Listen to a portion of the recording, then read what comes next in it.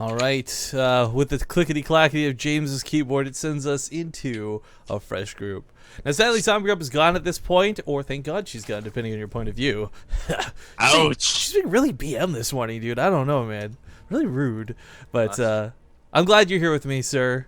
James, Mal, whatever you want to be referred to as. He's, of course, one of the friends of Base Trade TV, but more importantly, you guys have probably seen him on Red Bull or WCS being that badass translator who wears the suits so swaggerly. But spawning in the bottom right corner of the map, playing for my insanity, ladies and gentlemen, it's going to be the green Zerg player, Sacsri. And time for the ID call from the fashionista. The red Protoss Rain. Don't you have you told me, don't you have like an actual schooling degree in like decor or something? Whoa, bitch! Do not go that path. No, I'm just saying you're a fancy dude. Like there's no okay. reason to. Interior design is an architectural interior. It's not interior decorating. Man, I don't know. That's what I was Facts, asking. All right, I was trying to sell you under the bus. I was asking. That's like asking, I don't know, someone who studied life science. Oh, didn't you study prostitution? Yeah, well, Life that'd actually be science. kind of fun. That'd be kind of fun to study. You think about it, like I need you to do a book report on the weekend, 60 pages, very detailed. All right. Well, anyways, as far as these two go, we've seen a lot of Sacsri. He was really, really present in the European scene for while he was at the My Insanity House. I do hope he's just home for the holidays because I would love to see him go back. What is this though? Can't proxy the natural, so he proxies the third. This is kind of neat. Hi-yo! James, do you have any insight on this, man? Because I am just blown away by the question marks going on right now. This is very different. I mean, because most of the time when there's a proxy hatchery, it's actually just underneath that ramp. And yeah, like, or it's in the main. in between, like around where it's shaded, actually, right there. Yeah, this is so weird. I don't know how he plans to utilize this. This is really far away. It's I don't know. It's not like you're pushing spine crawlers. You don't have the economy from a gold base like on Overgrowth to do this. And he's taking gas. Well, if you think about it, if you go for a metabolic boost, upgrade, lings will arrive so much quicker than it would normally do. Proxy lings. I'm sorry, James. I just really don't see that being the case. I mean, I'm trying to justify the move here. Okay? Well, honestly, the proxy roaches might be too far out of the question. The thing is, though, this hasn't been scouted by Rain. He has scouted that there's no natural base, and this raises a lot of questions, a lot of WTFs. Scout.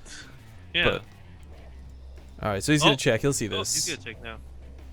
So it's a couple of links coming out initially. I like the Queen. Creep spread's going to be a big deal. I guess Creep is a real pain in the ass for Protoss cleanup. You usually don't rush out an Observer versus Zerg, but one of the instances Rain may be forced to. Because he didn't open with cannons, he actually doesn't have a really solid defense in the front. So these 8 lings coming, I don't think they're going to get to the main and kill Rain straight up, but they can certainly bully the natural, pull the probes off of it, if not kill all the probes that are here. It's already worth it, in my opinion. Yeah, well, it's...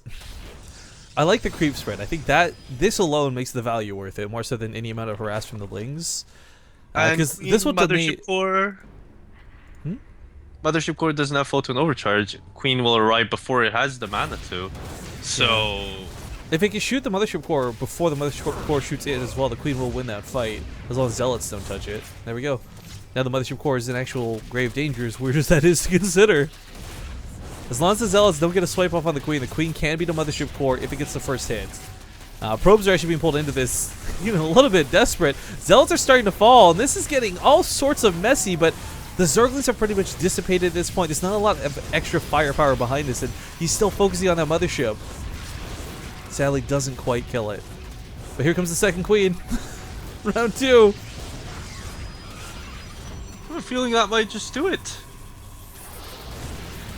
This is still, the cannons are going down. He can still focus on one of the cannons, I feel. Mothership Core is so dangerously low. One more shot would have done it.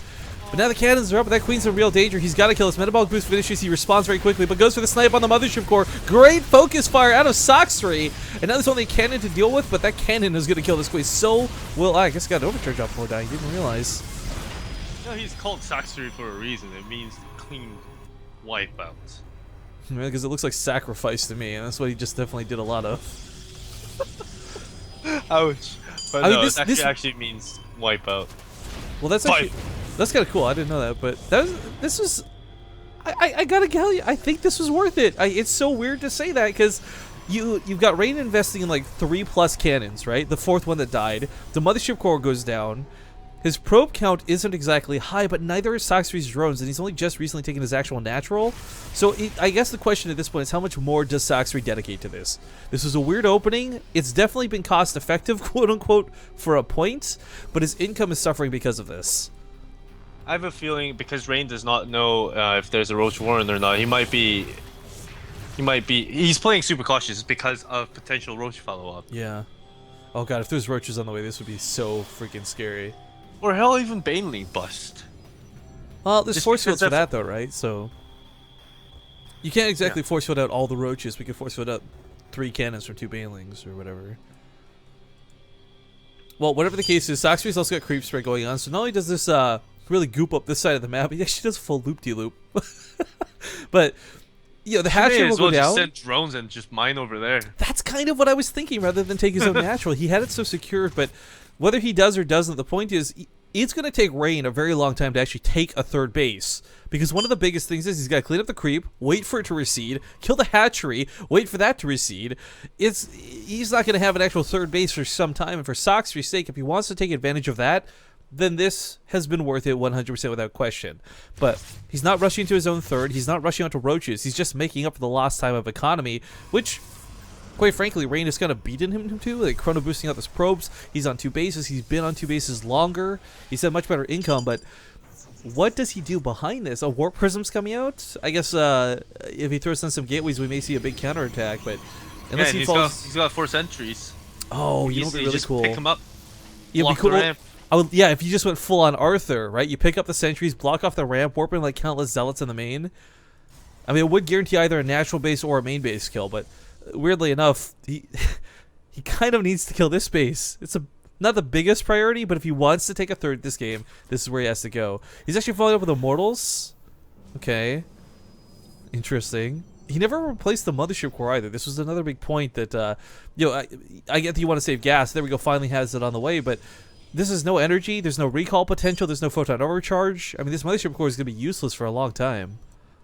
And the fact that he's good just going straight to the natural, it probably is just he wants to get some harass done and kill some drones. And it's perfect, yeah. Oh, this is a pretty cute spot, actually.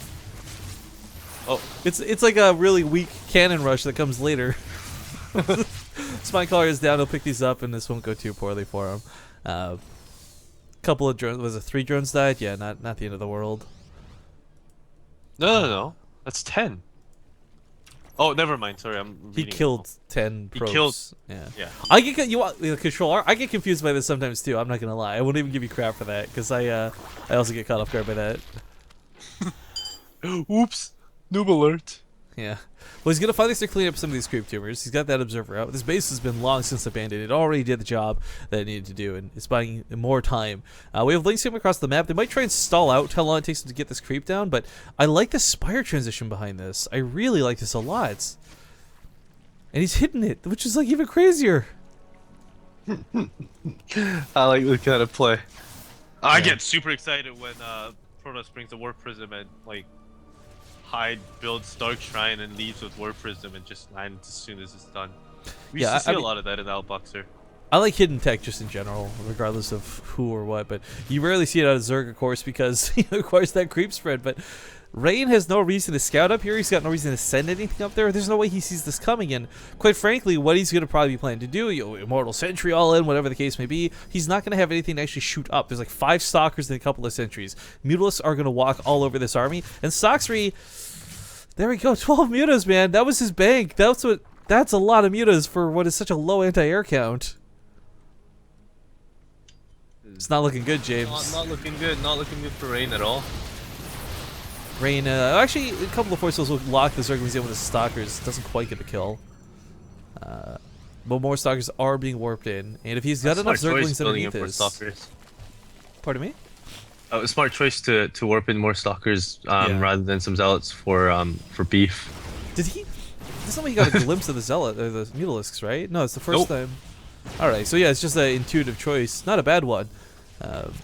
We'll see if the Spine Cores and the Zerglings can buy enough time/buffer. The Mutalisks do come from behind, pick off the Warp Prism, so that's a good start. No more reinforcements. Now he just has to deal with what's here. Probes are pulled immediately, drones are pulled immediately. So not gonna waste any many time. force fields. And it's like the perfect force field donut too. Nothing gets in on this. The Zerglings are all just dying outside of this. So are the drones, but Queen's just shelling away from afar. We do have the Mutalisks trying to do what they can, starting to get blood out, but so are the Stalker counts dwindling. If there's even just one Mutalist that survives, I mean, that's a chance the Sacsri has. But Rain, I didn't think he would stop that, man. I thought Sacsri had that in the bag. Congratulations to Rain.